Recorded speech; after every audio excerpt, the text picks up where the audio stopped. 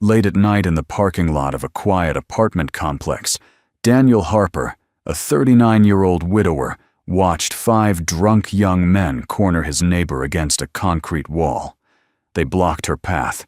Their laughter echoed through the enclosed space like something predatory. No one else appeared. No one intervened. Daniel had only seconds to decide, step out, and face 5 men who had lost all control, or turn away and keep himself safe. A few seconds later, the entire parking lot fell into absolute silence. What happened? Daniel Harper had lived in apartment 314 for almost 4 years, and in that time, he had become something close to invisible. He moved through the hallways, without greeting anyone, collected his mail at odd hours to avoid small talk, and kept his door shut with a kind of deliberate permanence. The neighbors knew almost nothing about him, only that he was quiet, that he lived alone, and that he had once been married. The details of what happened to his wife circulated in whispers during the first year, then faded into the background noise of the building, the way most tragedies do when they belong to someone else. He was 39 years old, and he carried his grief the way some men carry old injuries, not with visible pain, but with a stiffness in how he moved through the world.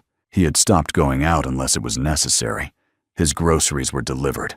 His work freelance drafting for a small architecture firm kept him behind a screen for 10, sometimes 12 hours a day. The apartment was sparse, no photographs on the walls, no sign that anyone had ever shared the space with him. He had removed every trace of her, not out of anger, but because looking at her face in a frame every morning had started to feel like drowning in slow motion. Before the loss, Daniel had been a different man. He had served 6 years in the Marine Corps, came home with steady hands and a quiet confidence that people found reassuring. He had been the kind of man who showed up for friends, for strangers, for anyone who needed help carrying something heavy, literal or otherwise. But grief had a way of dismantling a person from the inside, and by the time he surfaced from the worst of it, the man he used to be felt like a character from someone else's story. He stopped training, stopped running, stopped doing anything that reminded him of discipline, because discipline reminded him of structure, and structure reminded him of the life he had built with her, the life that no longer existed. The only disruption to his routine was Olivia Bennett. She lived 3 doors down in apartment 311, and she worked late almost every night. Daniel first noticed her about 8 months ago, not because he was looking, but because her footsteps in the hallway at 11 or 12 at night had become the only sound that broke through his silence. She was 32, a litigation attorney at a mid-size firm downtown, and she moved with the kind of exhausted focus that Daniel recognized the look of someone who poured everything into work because the alternative was sitting still with their own thoughts. He never spoke to her. Not once. There were moments passing in the hallway, standing near each other at the mailboxes, waiting for the elevator on the same floor, where a simple hello would have been natural, even expected. But Daniel had built such a complete wall around himself that even the smallest gesture of connection felt like a risk he could not calculate. So he watched from a distance, not in a predatory way, not with obsession, but with the quiet attention of a man who had forgotten how to be part of the world and was studying someone who still was. He noticed the way she always carried a leather briefcase in her left hand, and her keys already out in her right, a habit that spoke of awareness of someone who understood that parking lots at midnight were not safe places for a woman alone. He noticed that she never wore headphones while walking to her car, that her eyes moved across the lot before she stepped into it, that she walked with purpose even when she was clearly exhausted. These were survival habits. Daniel recognized them because he had been trained in the same kind of vigilance, though his had come from a different world entirely. On most nights, he would hear her footsteps pass his door, and that was the end of it. He would sit in the dim light of his apartment, stare at the drafting software on his screen, and tell himself that his life was manageable. Not good, not fulfilling, but manageable. And for a man who had lost everything, manageable felt like enough. That was the lie he told himself every night. Until the night it stopped being true. It was a Thursday just past 11:30. Daniel was pulling into the underground parking lot after a rare trip to the hardware store. A broken faucet had forced him out of the apartment for the first time in days. The lot was mostly empty at that hour, the fluorescent lights casting a flat, colorless glow over the concrete. He turned his car into the second row and was reaching for the bag on the passenger seat when movement at the far end of the lot caught his eye. 5 young men, early 20s, stood in a loose semicircle near the stairwell entrance. They were loud in the way that alcohol makes people loud, not shouting, but talking over each other with voices that bounced off the low ceiling and concrete walls. One of them held a bottle. Another was leaning against a parked car with his arms crossed, grinning at something Daniel could not yet see. Then Daniel saw her. Olivia was pressed against the wall near the stairwell door, her briefcase clutched to her chest like a shield. The 5 men had positioned themselves between her and the only exit. She was not screaming, not crying. She was standing very still, the way a person stands when they are trying to calculate whether movement will make things better or worse. Daniel had seen that posture before in situations far more dangerous than a parking lot. It was the posture of someone who understood that they were trapped. The one who appeared to be leading the group, taller than the rest, broad-shouldered, wearing a baseball cap pulled low, stepped closer to Olivia. He said something Daniel could not hear from inside the car, but the tone was unmistakable. It was the voice of a man who believed he had permission to take up space in someone else's life, simply because no one was there to stop him. The others laughed. One of them made a gesture that was crude, even from a distance. Olivia shifted slightly, pressing her back harder against the wall. Her mouth moved. She was saying something, trying to reason with them, trying to de-escalate.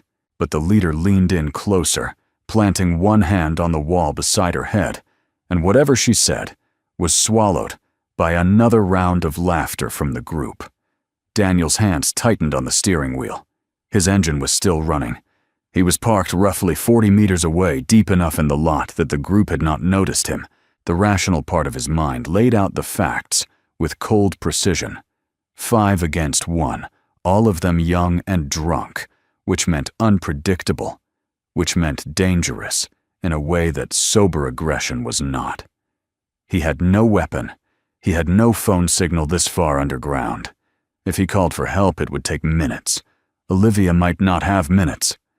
He watched the leader put his other hand on the wall, boxing Olivia in completely. The laughter from the group shifted in pitch, lower now. More deliberate, the sound of men encouraging each other towards something worse. Daniel had spent years choosing safety, choosing silence, choosing the locked door and the dark apartment, and the slow, deliberate erasure of everything that made him feel. He had convinced himself that disengagement was the same as peace, but sitting in that car, watching a woman he had never spoken to being cornered by 5 strangers, he understood something with absolute clarity. If he turned away now, he would not be choosing safety. He would be choosing to become someone he could never live with. Daniel did not think about it the way people imagine bravery works. There was no surge of adrenaline, no dramatic moment of resolve. There was only a quiet shift inside his chest, like a lock turning after years of rust, and then his foot was on the gas. The car lurched forward. He aimed it straight down the center lane of the parking lot, accelerating hard enough that the engine noise filled the enclosed space like a thunderclap. The headlights swept across the concrete and hit the group at full beam white and blinding, turning 5 silhouettes into frozen figures caught in the glare.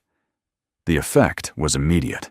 The leader jerked his hands off the wall and spun around, shielding his eyes. The others scattered sideways, confused, their drunken coordination breaking apart in an instant. One of them stumbled into a parked car and swore loudly. Another dropped his bottle, and the sound of glass shattering on concrete cut through the echo of the engine. Daniel brought the car to a hard stop about 10 meters from the group. The headlights stayed on, pinning them in place. For a moment, No one moved. The laughter that had filled the parking lot seconds ago was gone. The crude jokes were gone. The mocking tone was gone. All that remained was the low rumble of the engine and the harsh white light cutting through the underground gloom. Olivia had not moved from the wall. Her eyes were wide, her hand still gripping the briefcase, but her gaze was fixed on the car, on the figure behind the windshield that she could not yet identify. She did not know who had come. She only knew that someone had. The leader was the first to recover. He squinted into the headlights, took a step forward, and opened his mouth to say something. Some challenge, some drunken assertion of dominance. But the words did not come. Because Daniel had already opened the driver's side door and was stepping out of the car, he stood in the space between the open door and the vehicle's frame, lit from behind by the headlights, so that his face was in shadow, but his outline was clear, tall, broad, motionless. He did not shout. He did not threaten. He did not reach for anything. He simply stood there, feet planted on the concrete, and looked at them with the kind of stillness that only comes from a man who has already decided what he is willing to do. The parking lot, which moments ago had been filled with noise and movement, and the ugly energy of 5 men cornering one woman, went completely silent. Not the silence of resolution, not the silence of retreat, the silence of a situation that had just changed in a way no one in that group had expected. And Daniel Harper, who had spent years hiding from the world, was standing in the middle of it all, facing 5 strangers, with nothing between them but 10 meters of open concrete. The silence held. And then everything moved at once. The leader of the group was the first to speak. He stepped forward, squinting past the headlights, and his voice came out louder than it needed, to the kind of volume that men use when they are trying to convince themselves they are not afraid. "The hell is your problem, man?" he shouted, shielding his eyes with one hand. "Mind your own business." The words bounced off the concrete walls and came back flat stripped of the authority he was trying to project. The others shifted behind him, regrouping. The initial shock of the car had broken their formation, but now they were reassembling, not because they had a plan, but because 5 drunk men standing together will always feel braver than 5 drunk men standing apart. One of them picked up a piece of the broken bottle from the ground, not quite gripping it like a weapon, but not putting it down either. Another cracked his knuckles and rolled his shoulders, performing toughness the way people do when they have never actually been tested. Daniel said nothing. He closed the car door behind him and took 3 slow steps forward, moving out of the headlight glare so that his face became visible for the first time. He was not a small man, 6'1", with the kind of frame that suggested weight and solidity rather than gym-built aesthetics. But it was not his size that shifted the energy. It was the way he moved. There was no hesitation in his stride, no tension in his shoulders, no sign that he was calculating odds or measuring distance. He walked the way a man walks when he has already accepted every possible outcome and is no longer afraid of any of them. The group noticed. Not consciously drunk men rarely process body language with any clarity, but somewhere beneath the alcohol and the bravado, something registered. The laughter did not return. The jokes did not resume. The leader held his ground, but the 2 men closest to the stairwell took a half step backward without realizing it. Olivia remained pressed against the wall, watching. She could see Daniel's face now, the man from 314, the quiet one who never spoke to anyone. She had passed him dozens of times in the hallway and never once seen him look the way he looked right now. There was something in his expression that was both completely calm and completely dangerous at the same time. Daniel stopped about 4 meters from the leader. The distance was deliberate, close enough to be a statement, far enough to be a choice. He looked at the 5 men arranged in front of him, then looked past them at Olivia, and when his eyes came back to the leader, his voice was low and even. "Walk away," he said. That was all. 2 words. No threat behind them. just a fact presented as an option. The leader did not walk away. What happened next took less than 15 seconds, but it unfolded with the kind of clarity that only exists in moments of real violence. Not the cinematic kind, where everything slows down and the music swells, but the actual kind, where the body moves faster than thought, and the conscious mind only catches up afterward. The leader threw the first punch. It was wide looping, powered by alcohol and ego, rather than technique, the kind of swing that broadcasts its arrival like a headline. Daniel saw it coming from the moment the man's shoulder shifted. He stepped offline to the left, letting the fist sail past his jaw by inches, and in the same motion drove his right palm into the base of the leader's jaw. It was not a punch.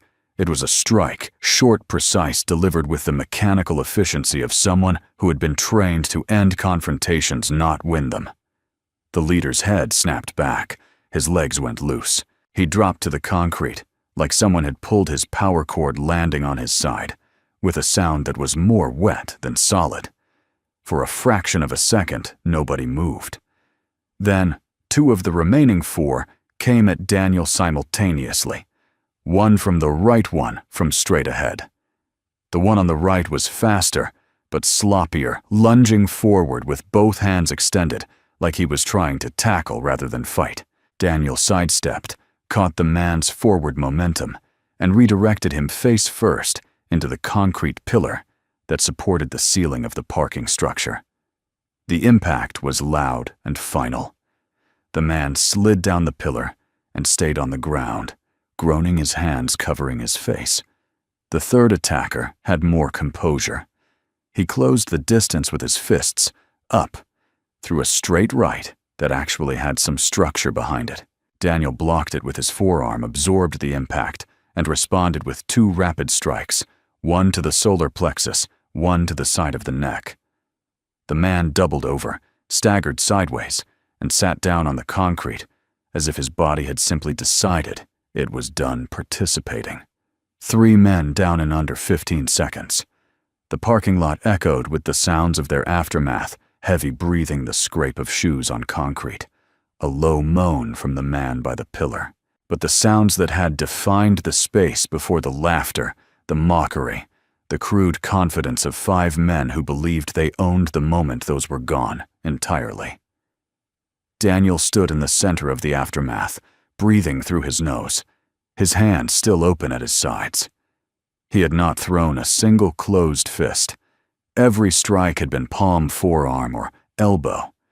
The muscle memory of Marine Corps martial arts, dormant for years, but apparently not forgotten. His body had remembered what his mind had tried to bury. The training had come back, not like a skill recalled, but like a reflex, triggered, automatic, dispassionate, and terrifyingly efficient. The leader was trying to push himself off the ground, one hand pressed to his jaw, his eyes unfocused and glassy. The man by the pillar had rolled onto his back and was staring at the ceiling, blood running from a cut above his eyebrow. The third was sitting with his arms wrapped around his midsection, breathing in short, shallow gasps. The energy in the parking lot had undergone a complete inversion. 5 minutes ago, 5 men had owned this space. They had controlled it with volume and numbers, and the casual cruelty that comes from knowing no one is going to stop you. Now the space belonged to one man who had not raised his voice once. The 2 remaining members of the group had not moved. They stood about 6 meters back, side by side, caught in the space between wanting to run and refusing to admit it. One of them, shorter, stocky, wearing a dark hoodie, had his fists clenched at his sides, but his feet were pointed toward the exit. The other, thinner, taller, with a nervous energy that vibrated through his whole frame, kept glancing between Daniel and the stairwell, measuring the distance. Daniel looked at them. He did not step forward. He did not raise his hands. The 3 men on the ground behind him were evidence enough of what would happen if this continued, and everyone in that parking lot understood it with perfect clarity. "I'm not going to touch you," Daniel said, his voice carrying the same flat, controlled tone he had used before. The two men stared at him, waiting. Daniel shifted his gaze toward Olivia, who was still standing against the wall, her briefcase now lowered to her side, her face a mask of shock and something that might have been disbelief. Then he looked back at the two men. "Apologize to her," he said. The words landed in the silence like a stone dropped into still water. The shorter one blinked, his mouth opening slightly, as if he had misheard. The taller one let out a short, involuntary laugh, not amusement, but the nervous reflex of someone who has been asked to do something that feels more difficult than fighting. Because it was. A punch is anonymous. A punch is something the body does, and the mind can rationalize later. But an apology requires the one thing that none of these men had been prepared to give tonight: acknowledgement. Acknowledgement that what they had done was wrong. Acknowledgement spoken directly to the woman they had cornered, while she stood there, looking at them, with eyes that would remember their faces. The shorter one looked at the ground. His jaw worked back and forth, muscles tightening under the skin. The taller one glanced at his three friends, one still on the ground, holding his jaw, one bleeding by the pillar, one sitting hunched with his arms around his ribs, and the fight went out of him visibly like air leaving a tire. He turned toward Olivia, could not quite meet her eyes, and said, "I'm sorry." The words were barely above a whisper, rough and unwilling, but they were real. The shorter one took longer. He stood there with his fists still clenched, his pride, and his fear locked in a war that played out across his face in real time. Daniel waited. He did not repeat himself. He did not threaten. He simply stood between the two men and the woman they had terrorized, and the weight of his presence made the silence do the work. Finally, the shorter one unclenched his fists. He looked at Olivia. Actually, looked at her. Maybe for the first time all night, and the words came out broken and forced. "Sorry. We're sorry." Then he turned, grabbed the taller one by the sleeve, and the two of them moved to collect their injured friends. The leader was on his feet now, swaying his eyes, avoiding Daniel entirely. They gathered themselves slowly, painfully, without another word, and shuffled toward the parking lot exit, their footsteps echoing and then fading until the only sound left was the hum of the fluorescent lights overhead. Daniel stood in the empty parking lot and felt the adrenaline leave his body in a single nauseating wave. His hands began to tremble, not from fear, but from the chemical crash that follows violence, the body's delayed response to what the mind had overridden in the moment. He flexed his fingers, closed them, opened them again. The knuckles on his right hand were red, where the forearm block had absorbed the third man's punch. His shoulder ached from a motion he did not remember making. He leaned against the hood of his car and stared at the stairwell door. His mind, now freed from the tunnel focus of confrontation, began to process what had just happened, with a clarity that was almost cruel. He had faced 5 men. He had put 3 of them on the ground. He had done it on instinct, without a plan, without knowing whether any of them carried a knife or something worse. If one of them had been armed, if the broken bottle had been swung instead of dropped, this night could have ended in a hospital or in a body bag. He had gambled everything on a moment of moral reflex, and he had won. But winning felt less like victory and more like surviving a fall from a height that should have killed him. The Marine training had carried him through the physical confrontation, but there was no training for what came after. No protocol for standing in a parking lot at midnight, shaking, realizing that he had just exploded back into the world with a violence he thought he had buried for good. He had told himself that the old Daniel, the one who moved toward danger instead of away from it, was gone. Dead alongside his wife, sealed in the same grief that had closed off everything else. But the old Daniel wasn't gone. He had been waiting. Dormant. And tonight, something had called him out, and he had come without hesitation. That was the part that unsettled him most. Not the fight. Not the risk. The ease of it. the way his body had shifted into combat posture, like slipping into an old coat. The way the years of isolation had not eroded the training, but preserved it, kept it sharp and ready beneath the surface of a man who thought he had become harmless. He stood there in the quiet of the parking lot, and the question that formed in his mind was not whether he could go back to the way things were. It was whether the man who had stepped out of that car tonight was someone he wanted to be, not just in this moment, but tomorrow and the day after, and every day that followed. Because he understood now, with the kind of certainty that only comes after you have crossed a line, that there was no going back to the apartment and pretending this had not happened. The wall he had built around himself had cracked open, and whatever came next would have to be built on different ground. Olivia did not move right away. She stood against the wall for what felt like a long time after the last of the 5 men had disappeared up the ramp, as if her body needed proof that the threat was truly gone before it would release her from the posture of survival. Then the trembling started. It came from somewhere deep, not her hands, not her legs, but from somewhere behind her ribs, and within seconds it had taken over her entire frame. Her briefcase slipped from her fingers and hit the concrete with a dull thud, and the sound seemed to break whatever dam she had been holding in place, because the tears came immediately after. Daniel heard it from where he stood by the hood of his car, a quiet, fractured sound that was nothing like crying in movies. It was the sound of someone's nervous system finally catching up with what had just happened, the body processing terror on a delay.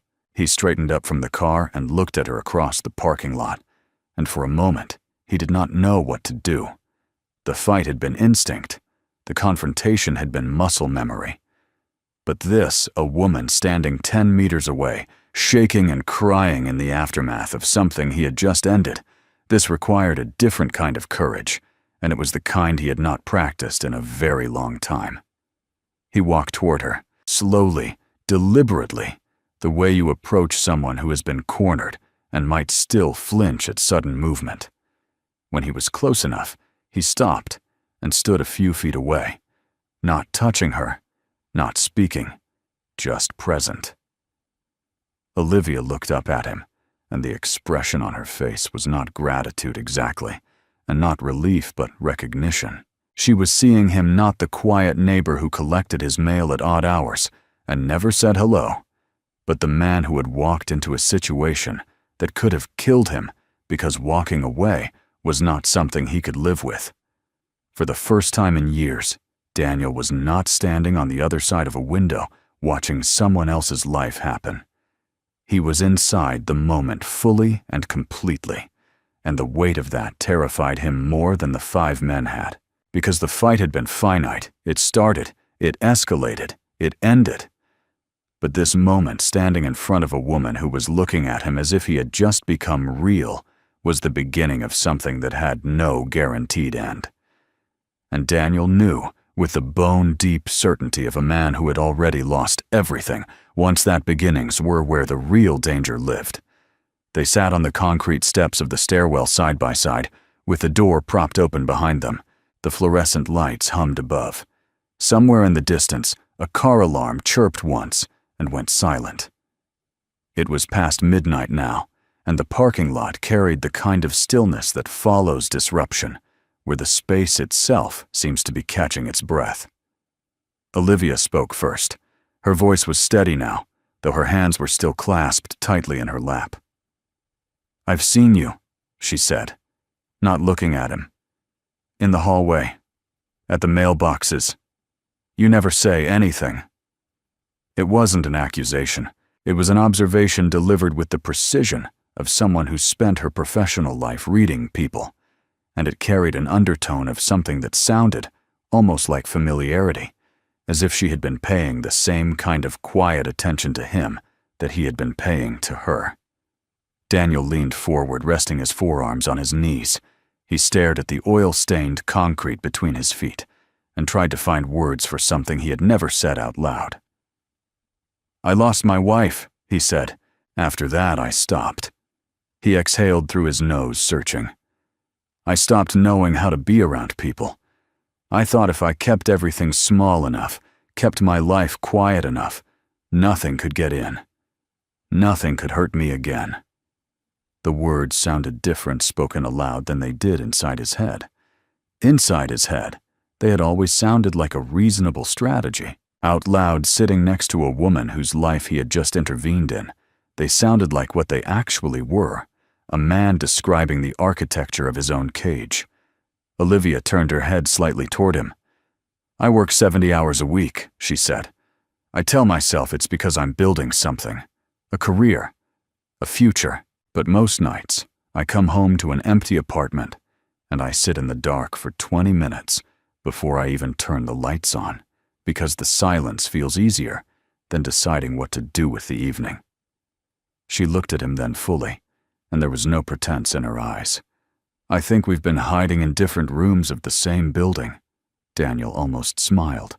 Not quite. The muscles in his face resisted, as though they had forgotten the mechanics, but something shifted at the corner of his mouth. It was the closest he had come to that expression in years, and Olivia saw it, and she did not look away. They sat there for a while longer, not filling the silence with unnecessary words, just letting the strangeness of the night settle around them. They were not lovers. They were not even friends yet. They were two people who had been living 3 doors apart for 8 months, separated by grief and overwork, and the particular kind of loneliness that disguises itself as self-sufficiency. And it had taken 5 drunk strangers and a moment of violence to crack both of them open at the same time. When they finally stood up, Daniel walked Olivia to her apartment door on the 3rd floor. She turned to face him, her keys in her right hand, the same hand that always held them, the survival habit he had noticed months ago from a distance. "Thank you," she said. And Daniel nodded, because the words he wanted to say were not ready yet, but the nod was real, and she understood it. Daniel walked back to apartment 314. He unlocked the door, stepped inside, and stood in the dark for a moment. The apartment looked the same. Sparse, quiet, stripped of anything personal, but it felt different. The walls that had once felt like protection now felt like what they had always been, barriers he had built, not to keep the world out, but to keep himself in. He did not turn the lights on right away. He stood by the window that overlooked the parking lot 3 floors below and looked at the space where less than an hour ago everything had changed. The concrete was empty now. The broken glass had scattered into the shadows. There was no evidence of what had happened, except for the faint smear near the pillar that would be gone by morning. The world had already started to erase the moment the way it always does, with things that happen in the dark, where no one is watching. But Daniel would not erase it. He could not. Because the man who had stepped out of that car tonight was not the man who had walked into this apartment and closed the door behind him all those years ago. That man had chosen numbness. He had chosen the slow, safe erosion of himself day by day until there was almost nothing left to lose. The man who had stood in that parking lot and said, "Walk away," to 5 strangers, that man had chosen something else entirely. He had chosen to be present, to be visible, to accept that being alive meant being exposed to damage, and that the alternative was not safety, but a different kind of death, the kind that happens while the heart is still beating. He thought about Olivia 3 doors down, probably sitting in her own dark apartment, processing the same night from the other side of it. He thought about the way she had said, "I think we've been hiding in different rooms of the same building," and how those words had landed with the force of something he had known for a long time, but had never been able to articulate. Daniel Harper did not know what would happen tomorrow. He did not know if the connection that had formed tonight would survive the daylight, or if both of them would retreat into the patterns that felt safe. But he knew one thing with absolute certainty. The moment he had stepped out of that car, the entire space had gone silent. Not because of fear, not because of violence, because someone had chosen to stand up when no one else would. Silence in the face of wrong is also a choice, and courage is not the absence of fear, It is action in spite of it. When one person dares to step forward, they do not just change a single moment.